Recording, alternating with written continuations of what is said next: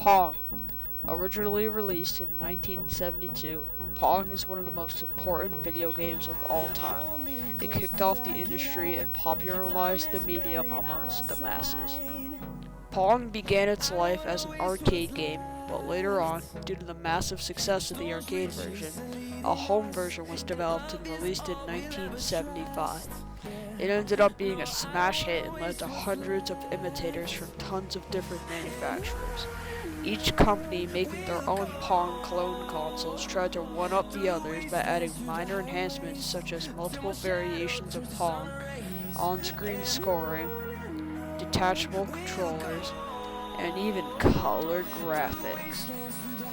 Later on, the Pong console market essentially crashed by 1977 due to the oversaturation of the market. Hundreds of Pong clones being made by tons of different companies mass-producing them at the same time killed the hype for at-home Pong systems. The Pong market dying is what led to the Atari 2600, and the rest is history. For this review, we'll take a look at some of the Pong systems that I own. The first and earliest system that I have is Super Pong. This model was released by Atari in 1976 and was the successor to the original Atari Pong console. In the box, you have the Super Pong system itself, a user's manual, a warning card, and an RF box.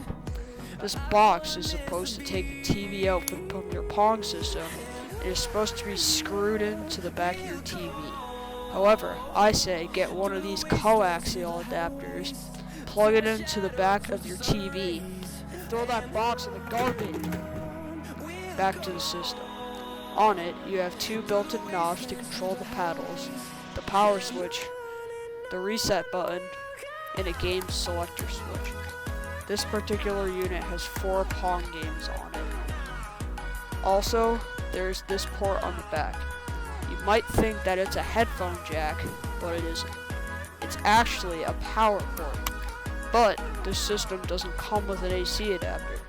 So how would you power it out of the box? You have to take the bottom off and put in 4D batteries. The power adapter is actually sold separately. Now, enough rambling, let's actually turn this thing on and see what it does.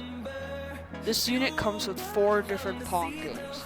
They are Classic Pong, Pong Doubles, Reverse Pong, and this last game, which has no commonly agreed premise.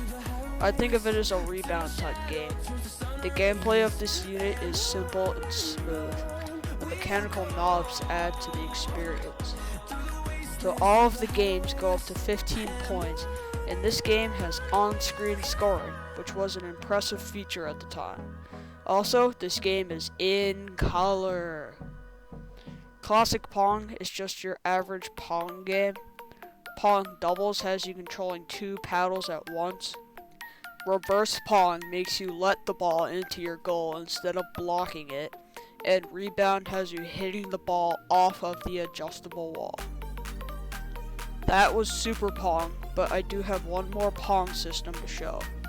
Pong Sports 4, developed by Atari and released by Sears. This one came out in 1975 also.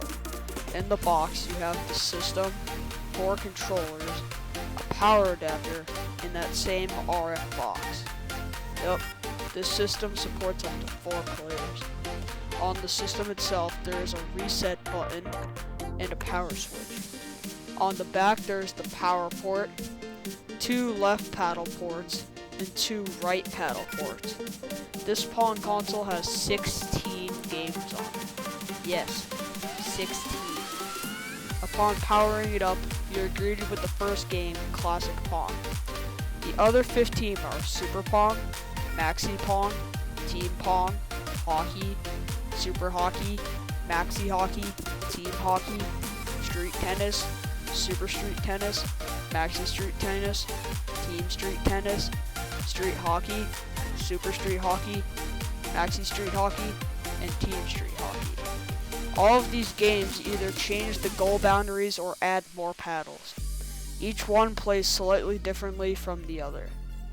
So, that was a look at 2 Pong consoles, but there are hundreds of them out there, so I barely covered the lineup of Pong consoles that exist.